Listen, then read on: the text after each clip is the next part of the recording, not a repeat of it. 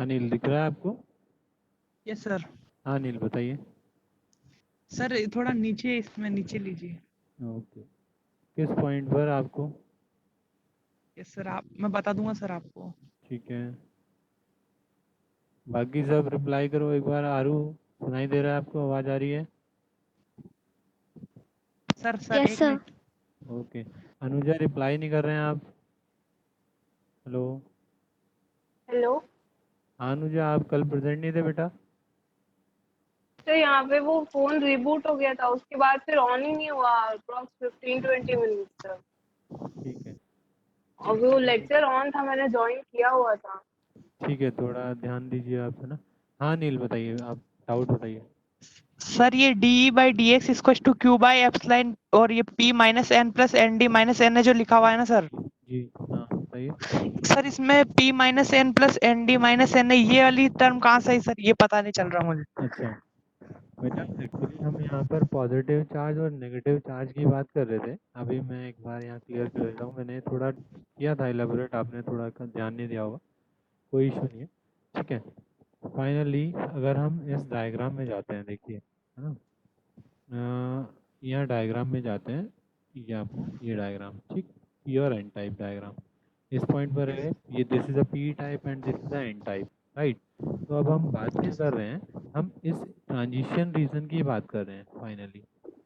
अगर हम ओवरऑल बात करें, अभी हम ओवरऑल बात करते हैं। पहले ओवरऑल बात करें, आपको मैंने एक गॉस लॉ बताया था। Gauss law is divergence of electric field is equal to the ratio of charge density upon permittivity. ये इक्वेशन यस बताई सर। थी मैंने, गॉस लॉ। ठीक है, अब यस। चार्ज डेंसिटी कैसे कैलकुलेट कर दें? चार्ज डेंसिटी किसी भी केस में concentration of charge, charge density को अगर मैं लिखूं जैसे, क्या होगी? Concentration of charge, concentration of charge into charge, तो चार्ज डेंसिटी आ जाएगी, तो सॉरी कंसंट्रेशन ऑफ एटम, कितने एटम है पर वॉल्यूम में, और इनटू चार्ज से मल्टीप्लाई कर देंगे तो क्या आ जाएगा आपके पास? चार्ज कंसंट्रेशन आ जाएगी, रो। अब फाइनली आप पी टाइप में नोटिस कीजिए, आपके पास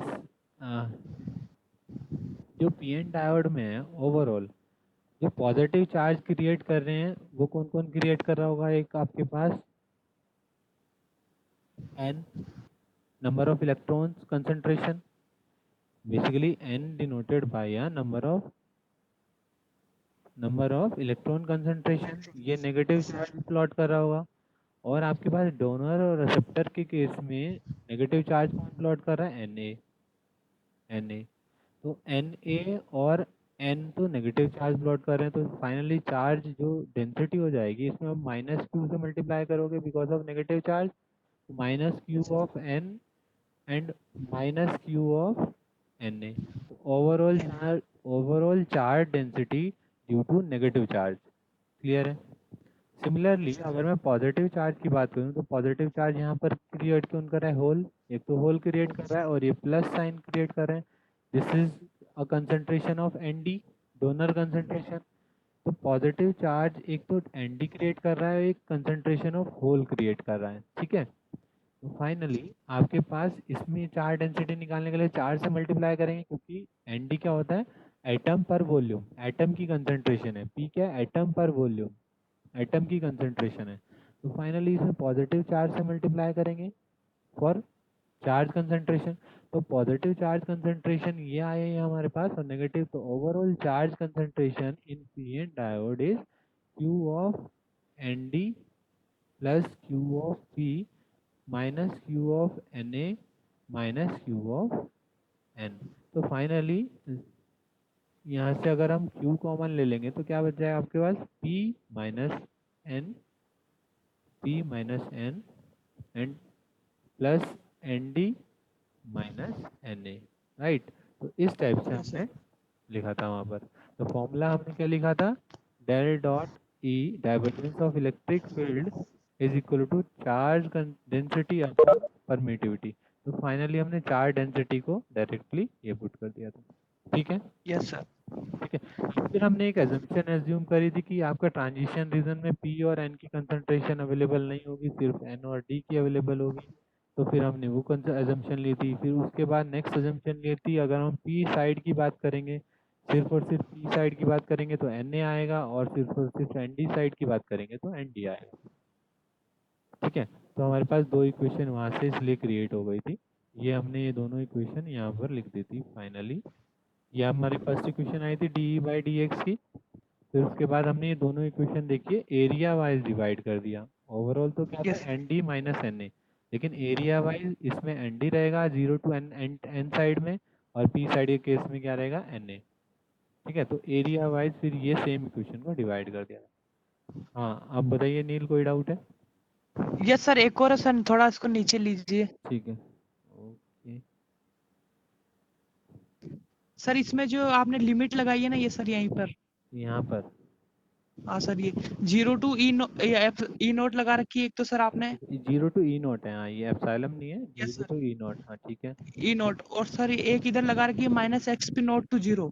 जी, इसमें डाउट है? सर ये सर ये 0 to x p minus x p not क्यों नहीं हो सकता सर? हाँ, क्लियर कर देते हैं अभी।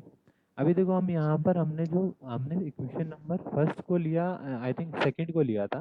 ठीक है, इक्वेशन यस नंबर सेकंड को लिया था, तो इक्वेशन नंबर सेकंड जो होती है आपके पास पी टाइप की इक्वेशन थी, ये आपने पी साइड की इक्वेशन थी। अगर आप फिर से हम ऊपर कर्व पे गए, यहाँ पर फाइनली ये कर्व आपने देखा, अगेन ये कर्व पर गए। Yes sir. ठीक है, तो आप कर्व पे आपने नोटिस किया कि जो आपका पी साइड में depth of penetration of transition region है वो कितनी जा रही है, minus of x P not, because of zero origin आपने इसको कंसिडर किया नेगेटिव साइड। ठीक है, यस एट दिस इंस्टेंट इस पॉइंट पर इलेक्ट्रिक फील्ड क्या आ रहा है आपका, इलेक्ट्रिक फील्ड का कर्व देखेंगे, हमने यहाँ पर इसको प्रूव भी किया था। इस पॉइंट पर इलेक्ट्रिक फील्ड क्या आ रहा है, 0। 0। तो minus of x of P not पर इलेक्ट्रिक फील्ड क्या है आपके पास, सॉरी यहाँ पर एक्स लिखते हैं, यहाँ पर ई लिखते हैं। तो minus of x P not पर इलेक्ट्रिक फील्ड क्या है आपके पास, 0। 0। और 0 पर इलेक्ट्रिक फील्ड क्या आ रहा है आपके पास, ई नॉट। तो फाइनली आपने ई नॉट की वैल्यू कैलकुलेट करी। ठीक है, तो लिमिट क्या यस लिखी, सर। एक्स की लिमिट लिखी minus x P naught to 0, and उसके करस्पॉन्डिंग ही आप ई की लिमिट लिखेंगे 0 to E naught. Yes sir. Clear है? Yes sir. नेक्स्ट किस पर डाउट है कोई? यस और नो? ठीक है, तो रिप्लाई नहीं आ रहा है, तो ठीक है हम नेक्स्ट लेक्चर स्टार्ट करते हैं।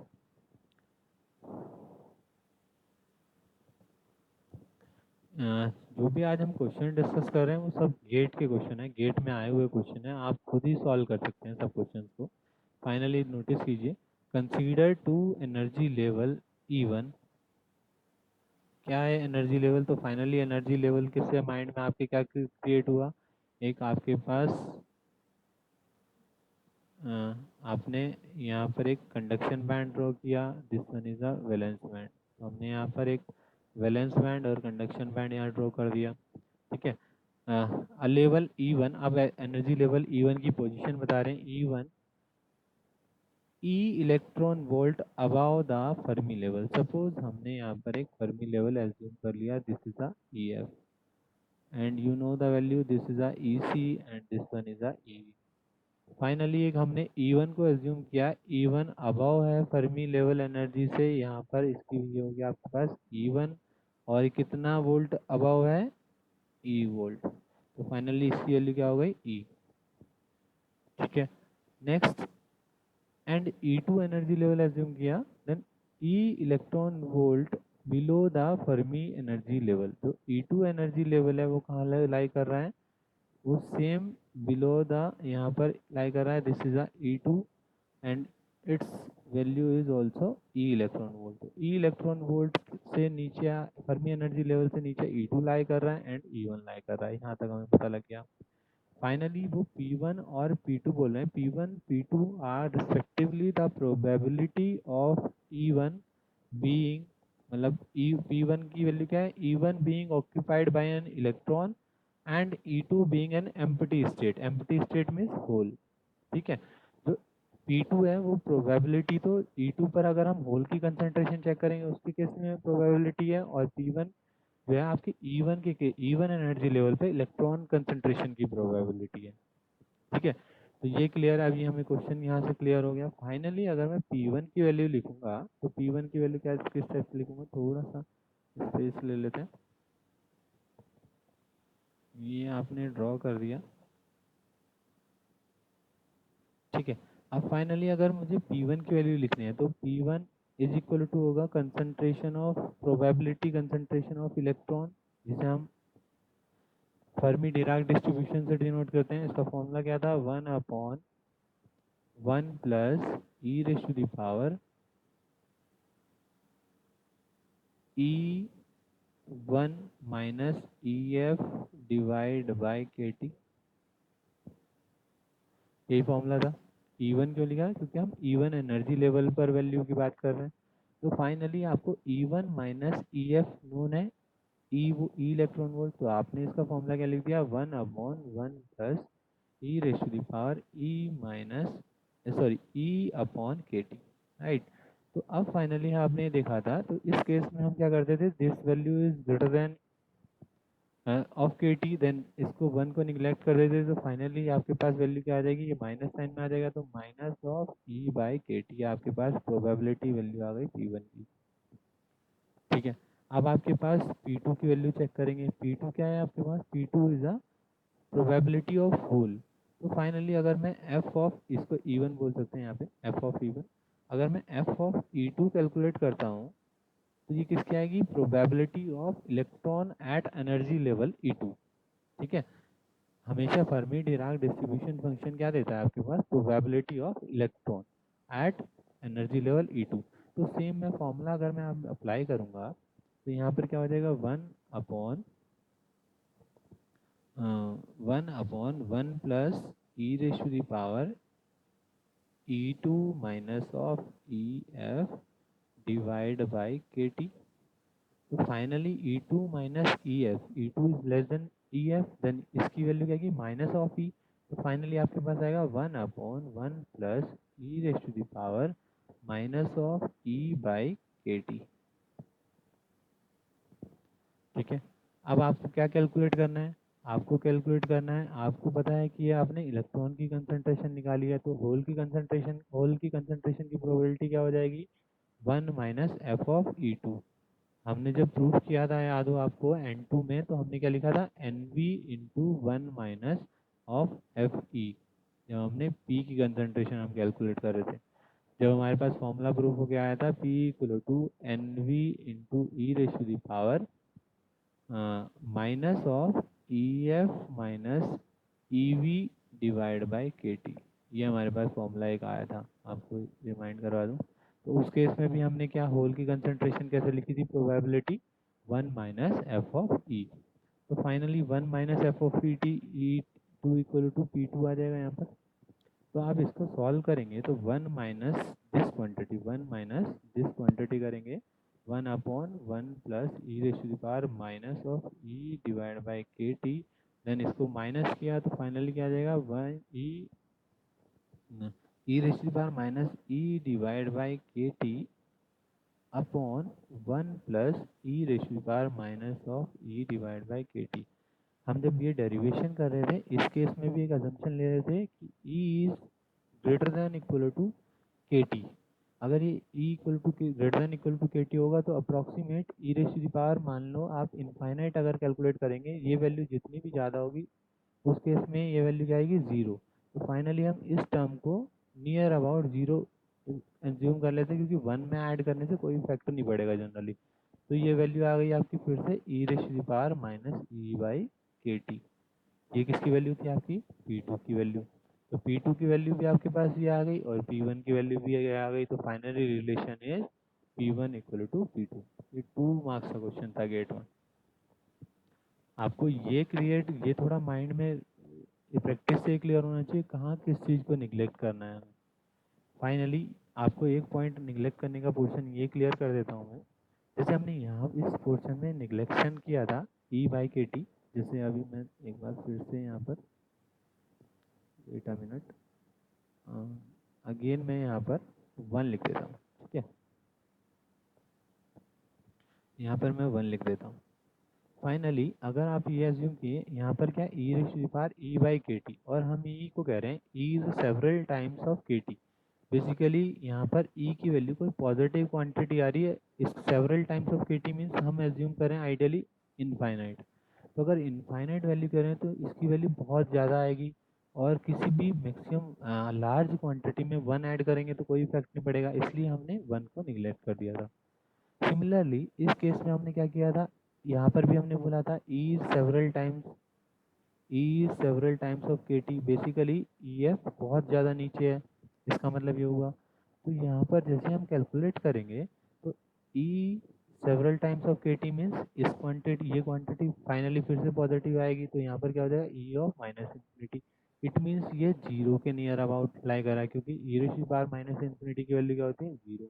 तो फिर उस केस में हम इसको निगलेक्ट कर देंगे। वैल्यू तो होती है, क्योंकि कोई जीरो के नियर अबाउट क्वांटिटी को आप 1 में ऐड करेंगे तो कोई इफेक्ट नहीं पड़ेगा, ठीक है। अभी जैसे सपोज मैं आपसे बोलने लगूँ, यहाँ पर आपने 1 प्लस 0.00000001 ऐड किया, तो फाइनली 1 पर कोई इफेक्ट पड़ेगा क्या, 1 पे आ जाएगा 1.00000001, ये आंसर आएगा। तो generally this is a near about 1, तो इसलिए हमने स्मॉल क्वांटिटी को क्या कर दिया था, निगलेक्ट, ठीक है। तो ये निगलेक्शन प्रैक्टिस से आ जाएगा कहाँ पर कैसे निगलेक्ट करना रहता है, और ये हम वैसे हम थ्योरी में एक्सप्लेन भी कर चुके हैं, सिंपल सेम मेथड हम एक्सप्लेन कर चुके हैं, ठीक है। नेक्स्ट, किसी को डाउट है बेटा इस क्वेश्चन में, फर्स्ट क्वेश्चन में?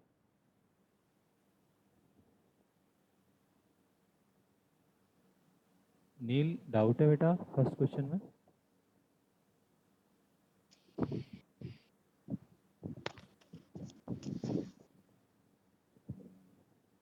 नील, हाँ यस सर।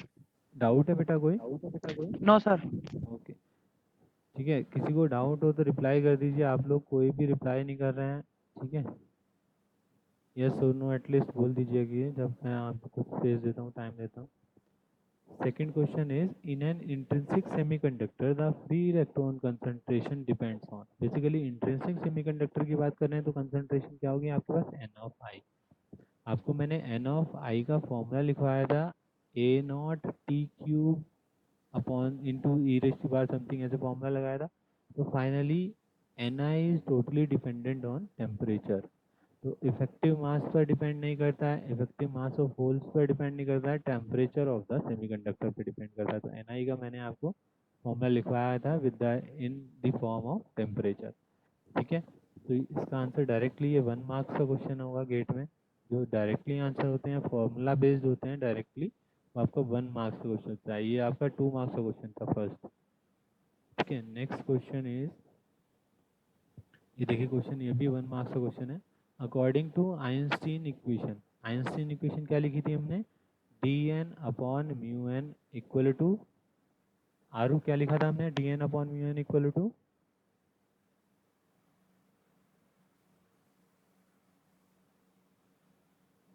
आरू रिप्लाई करो बेटा, D N upon mu N equal to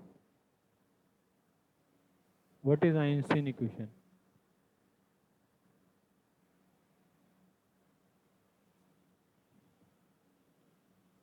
Aru reply करो, Anuja,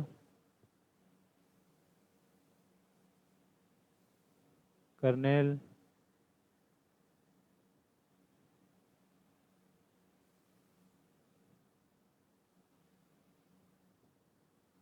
kernel, Ranjit, Vikas, Neel, KT. What? VT sir, VT sir. बेटा इन बाकी सबको आवाज नहीं आ रही है क्या? आरू साउंड आ रहा है? आरू माइक अनम्यूट करो अपना। Yes sir. तो बेटा रिप्लाई क्यों नहीं कर रहे हैं आप?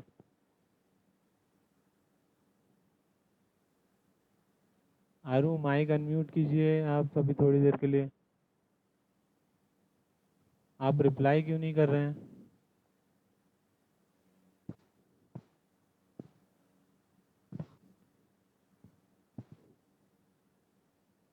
यस और नो, कुछ तो रीज़न दीजिए। नहीं पता था, नहीं आता था, या कुछ ये याद नहीं आ रहा था, कुछ तो रिप्लाई कीजिए। सर याद नहीं था। हाँ तो ये बोल दीजिए ना, याद नहीं था। बेटा ये ऑनलाइन टीचिंग का मतलब मेरे को आपका फेस ना मुझे कुछ नहीं दिख रहा है, या मुझे नहीं पता कि आप प्रेजेंट हो या नहीं हो।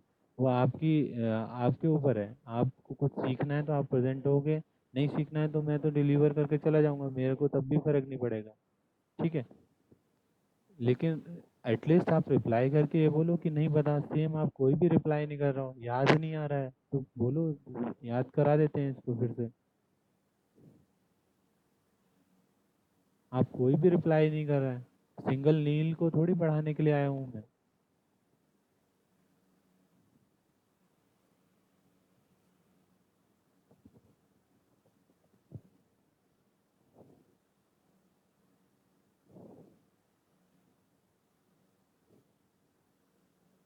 ठीक है, नेक्स्ट टाइम से आप रिप्लाई करेंगे। आपको आता है ठीक है, नहीं आता है तब भी कोई इशू नहीं। ठीक है, लेकिन रिप्लाई करेंगे वहाँ पर।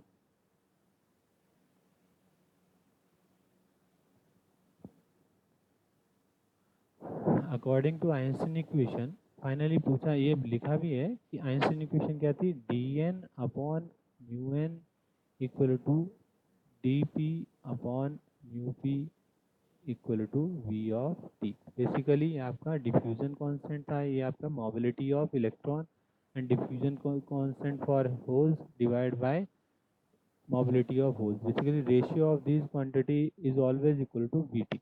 अब वी टी क्या होता है, थर्मल वोल्टेज। फर्स्ट टॉपिक हमारा ई डी का थर्मल वोल्टेज ही था, इसकी वैल्यू क्या थी, के टी बाई क्यू, और इसको हम क्या लिख सकते थे, टी अपॉन 11,600, इस टाइप से हम लिख सकते थे। तो फाइनली क्वेश्चन क्या है, according to Einstein equation for any semiconductor the ratio of diffusion constant to mobility, ये पूछा गया है, diffusion constant to mobility of carrier depends upon the temperature of the semiconductor. किस पे डिपेंड कर रहा है, temperature. First question, first answer तो राइट है।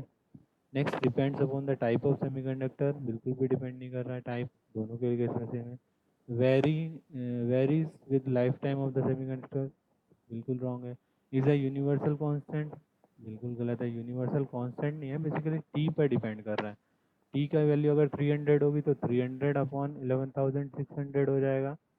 टी की वैल्यू जो भी होगी, 4,400 है, 400 केल्विन है सपोज, तो वैल्यू आ जाएगी 11,400 अपॉन 11,600।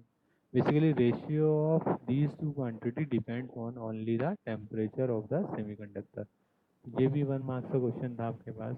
तो आपको थ्योरी अगर लिंक है, हमने सारी चीज़ लिंक करके ही पढ़ाई है जनरली आपको। ठीक है, नेक्स्ट इज, ये क्वेश्चन का आंसर दो। आरू, इस क्वेश्चन का आंसर दोगे आप? क्वेश्चन पढ़ो एक बार।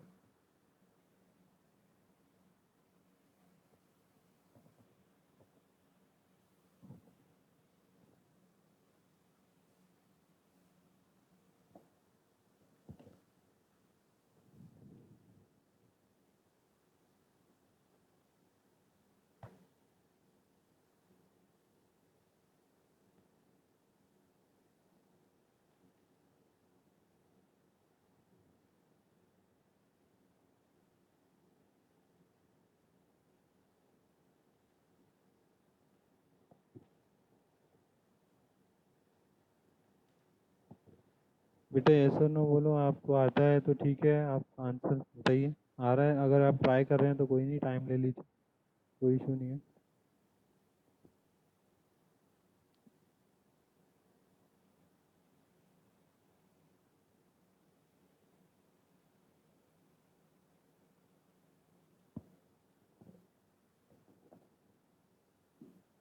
Sir B1।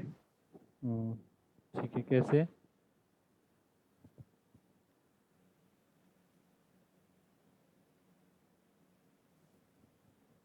रिप्लाई ऐसे ही बोलो, कैसे आपने सॉल्व किया इसको।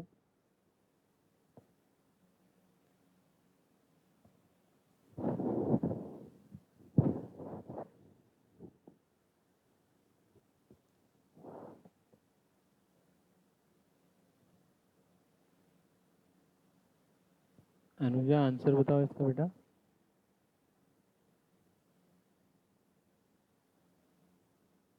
क्योंकि आपने बोला था कि ये कंडक्शन बैंड में इलेक्ट्रॉन्स हमेशा मतलब प्रेजेंट रहेंगे मेटल के केस में, तो प्रोबेबिलिटी 1 होनी चाहिए क्योंकि 100% probability chances. At Fermi level की बात हुई है यहाँ पर, कंडक्शन बैंड की बात नहीं हुई है। यहाँ पर फर्मी लेवल की बात कर रहे हैं हम।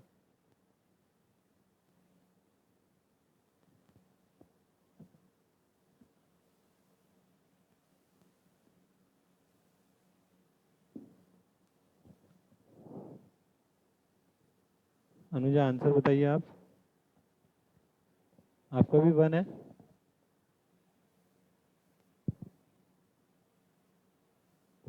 Next kernel.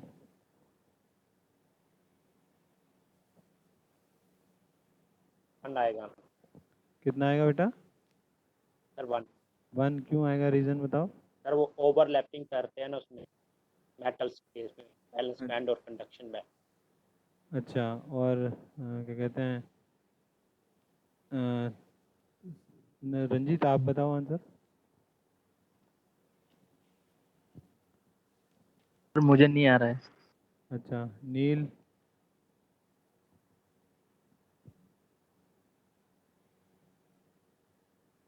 नील आंसर दो बेटा।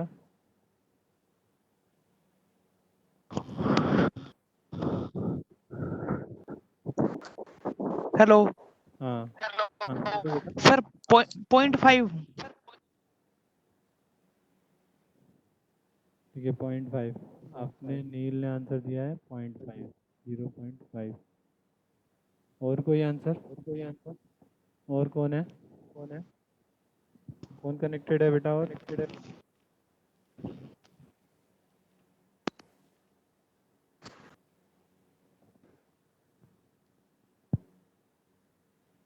नाम लेना ही पड़ेगा तभी आप रिप्लाई करेंगे। रंजीत ने नहीं दिया। विकास।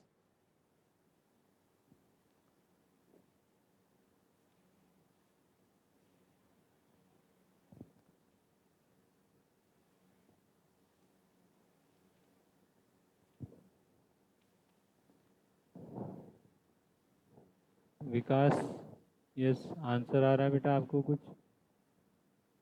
सर मालूम नहीं पता है।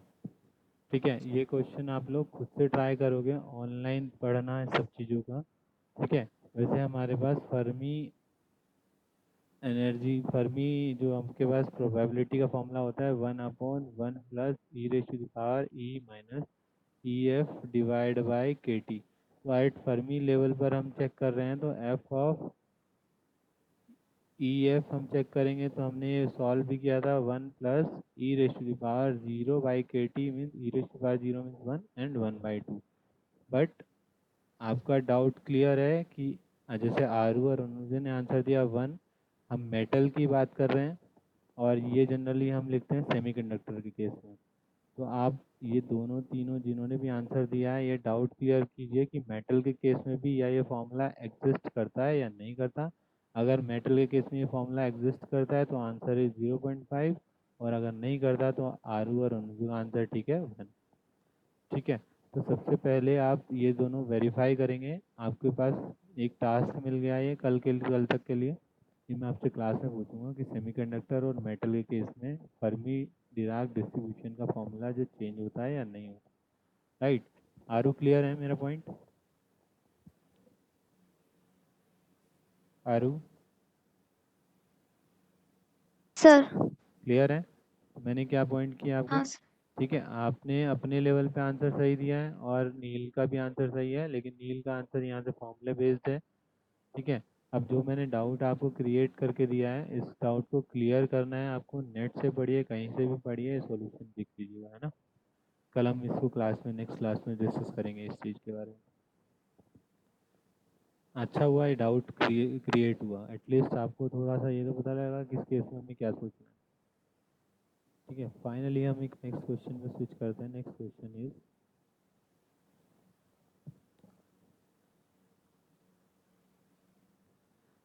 consider a region of silicon diode of electron and holes within an ionized donor density of Nd positive, हमारे पास number of donor atom concentration available है 10⁻17.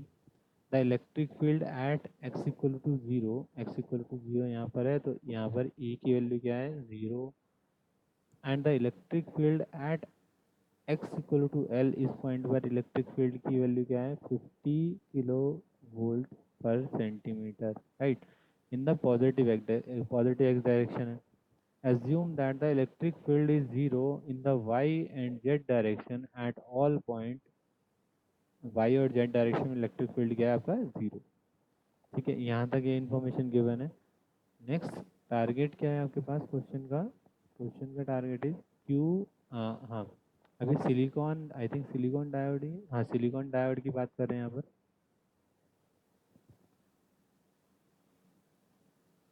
ठीक है, सिलिकॉन डायोड की बात कर रहे हैं.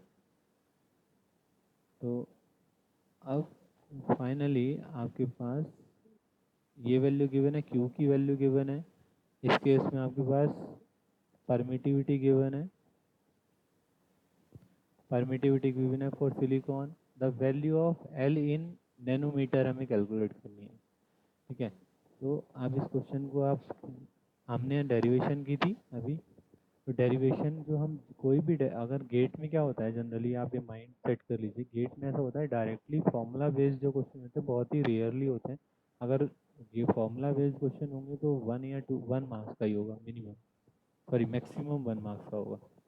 तो लेकिन अगर फॉर्मूला बेस्ड क्वेश्चन नहीं है तो वो क्या होगा जनरली 2 मार्क्स का होगा. जैसे फॉर्मूला बेस्ड क्वेश्चन नहीं है, ये फॉर्मूला की जैसे डेरिवेशन स्टार्ट करी थी आपने, आपको इस केस में याद है हमने आज मॉर्निंग में भी स्टार्ट करते हुए यही डेरिवेशन लिखी. Divergence of electric field is star density upon epsilon, ये लिखा था formula. This is a Gauss law. अब यहाँ पर अगर याद हो, आपने पढ़ा हो मैथमेटिक्स में, इसको क्या लिखते हैं, curl by curl x I plus y j and k से मल्टीप्लाई करते हैं डी जेड. और ई भी वेक्टर है तो ई इक्वल टू हम लिख सकते हैं ई एक्स आई plus E Y plus sorry J plus E Z K, इस टाइप से लिख सकते हैं हम. ये हमने यूनिट वेक्टर यहाँ लिख दिए, सीधा यूनिट वेक्टर इस फॉर्म में लिख दिया. दोनों की अगर हम डॉट प्रोडक्ट करेंगे, बेसिकली इसलिए यहाँ पर लिखा है, ये मैंने इसलिए बताया एग्जैक्ट आपको, क्योंकि हमने फॉर्मूले में डायरेक्ट क्या लिखा था, मैं D I E by D x लिख दिया था अभी. लेकिन वो D E by D x क्यों हुआ था, क्योंकि ई वाई कंपोनेंट और ई जेड कंपोनेंट की वैल्यू क्या होती है 0 ली थी, एज्यूम करी थी वहाँ पर भी हम 0. तो यहाँ पर क्वेश्चन में गिवन होगी आपके पास, क्वेश्चन में गिवन है तो ये दोनों कंपोनेंट 0 है, तो फॉर्मूला एट लास्ट इस लाइन 0 की वजह से, इस लाइन की वजह से आपके पास फॉर्मूला क्या बन गया आपके पास, D E by D X equal to rho by epsilon. बस ये फॉर्मूला था. तो यहीं से हमने जनरली डेरिवेशन जो स्टार्ट की थी ना, इसी से आपका क्वेश्चन सॉल्व हो जाएगा. कैसे, डी ई इक्वल टू आप लिख सकते हैं रो अपॉन एप्सिलॉन. अब यहाँ पर आपके पास डोनर कंसंट्रेशन है तो एप्सिलॉन को क्या लिख सकते हैं, चार्ज कंसंट्रेशन है Q into N D. N D की वैल्यू पता है, क्यू की वैल्यू भी पता है, और एप्सिलॉन को क्या लिख सकते हैं, आपको epsilon not and epsilon r given होता है, इसकी वैल्यू होती है epsilon not into epsilon r. तो फाइनली आपके पास ये चारों क्वांटिटी नोन है, और यहाँ पर क्या आ जाएगा आपका डी एक्स. अब इसको हमने इंटीग्रेट करा तो इस x इक्वल टू 0 पॉइंट पर इलेक्ट्रिक फील्ड क्या था आपका 0 टू इस डायरेक्शन में हम मूव कर रहे हैं. 0 टू यहाँ पर क्या था आपके पास इलेक्ट्रिक फील्ड 50 किलो वोल्ट पर सेंटीमीटर, यही था आपके पास. और ये डी ई इंटीग्रेट अगेन यहाँ पर कर दिया हमने, तो क्या है Q of N D upon epsilon not epsilon r D x. Limit क्या हो जाएगी, ये कहाँ से मूव कर रहे हैं 0 टू एल. सारी क्वांटिटी नोन है हमारे पास, क्या है एल अननोन, तो एल कैलकुलेट कर लेंगे. तो सिंपल जहाँ से डेरिवेशन स्टार्ट होती है जनरली गेट में क्या होता है, वो उस इक्वेशन से स्टार्ट करके क्वेश्चन पूछ लिया जाता है. तो आपको बस मीनिंग क्लियर, इसलिए डेरिवेशन में हर एक इक्वेशन का मीनिंग क्लियर होना चाहिए. डायरेक्टली हम सिंपल एक 1 इक्वेशन से हमने 2 मार्क्स का क्वेश्चन सॉल्व कर लिया. क्या कंप्लीट करेंगे इस क्वेश्चन को हम.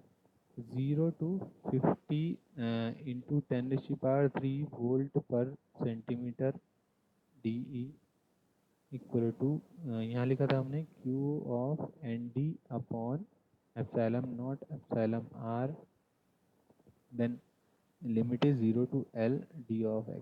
तो इसको अगर हम सॉल्व करते हैं तो क्या लिखेंगे, e आ गया यहाँ से, लिमिट आ गई 0 to 50 into 10⁻³ equal to Q ND epsilon not epsilon R आपका बाहर आ गया, यहाँ पर x आया, लिमिट इंटीग्रेशन सॉल्व करके limit is 0 to L। Limit put करेंगे तो इक्वेशन क्या आ गई आपके पास, 50 इंटू 10⁻³ इक्वल टू 1.6 इंटू 10⁻⁻19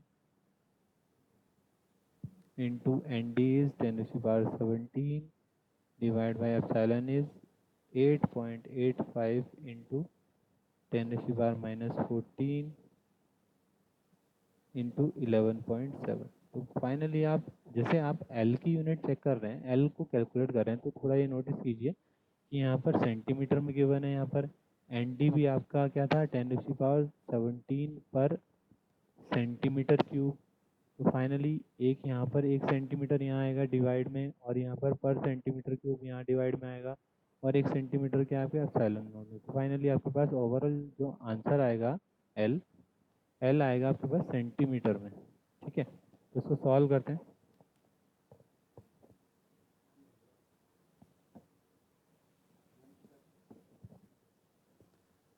इसको कंप्लीट सॉल्व करते हैं। अगर हम इसको कंप्लीट सॉल्व किया तो क्या लिखेंगे, 50 into 10⁻³ into 8.85 into 10⁻⁻14 into 11.7 divide by 1.6 into 10⁻⁻2 लिख दूँ, -19 एंड -10⁻17 -2। ठीक है, ये ऊपर हम कंप्लीट सॉल्व करते हैं तो आपके पास ये पॉइंट आ जाएगा, दोनों की मल्टीप्लाई करेंगे, तो मल्टीप्लाई करके एक बार चेक कर लेते हैं कैलकुलेशन। तो फाइनली कैलकुलेटर हमने ओपन कर दिया। ठीक है, तो मल्टीप्लाई अगर करते हैं हम, किसी भी मल्टीप्लाई करनी है हमें, 50 इंटू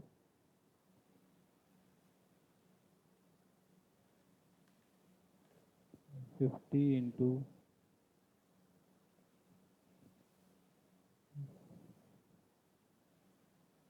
50 इंटू 8.85 आप भी कैलकुलेटर से ट्राई कीजिए एक बार, इंटू 11.7 इक्वल टू कितना आया, 5177। तो फाइनली आपके पास आ गया 5177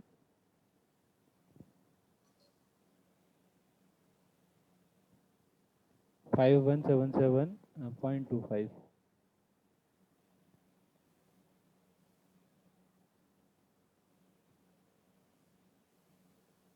$5177.25 इंटू 10⁻⁻11।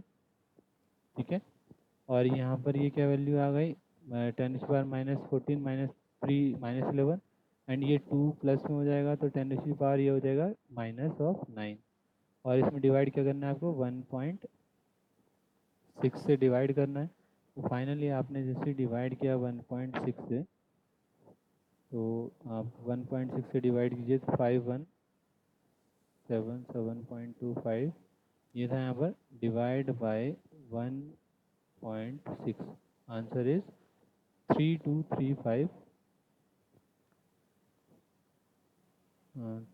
3235.78 3235.78 इंटू 10⁻⁻19 सेंटीमीटर, ये आंसर आ गया आपके पास। ठीक है, अब इसको आप सेंटीमीटर को सबसे पहले आप नैनोमीटर में कन्वर्ट करना है तो मीटर में कन्वर्ट करना पड़ेगा, तो डिवाइड बाय 100 करेंगे तो 32.35 इंटू 10⁻⁻9 मीटर हो गया यहाँ पर। तो अब 10⁻9 क्या डिनोट कर देगा, नैनोमीटर, तो आंसर इज 32.35 नैनोमीटर। ठीक है, तो इस टाइप से हमने क्वेश्चन को सॉल्व किया। आपका जो सेशन है वो क्लोज होने वाला है अभी, तो विद इन 5 मिनट आप एक काम कीजिए, 10 से 15 मिनट लगेंगे, नेक्स्ट सेशन को हमें ज्वाइन करना पड़ेगा। पॉपअप विंडो आ गया आपका सेशन क्लोज होने का, तो मैं अभी ये मीटिंग क्लोज कर रहा हूँ। जो भी मैंने आपको लिंक शेयर किया है उससे अगेन ज्वाइन कीजिए अभी, ठीक है। मैं ये मीटिंग ऑफ कर रहा हूँ, आप लीव कर सकते हैं, एकदम इंस्टेंट आप ज्वाइन कीजिए, जो लिंक मैंने अभी भेजा था आप ज्वाइन कर लेंगे।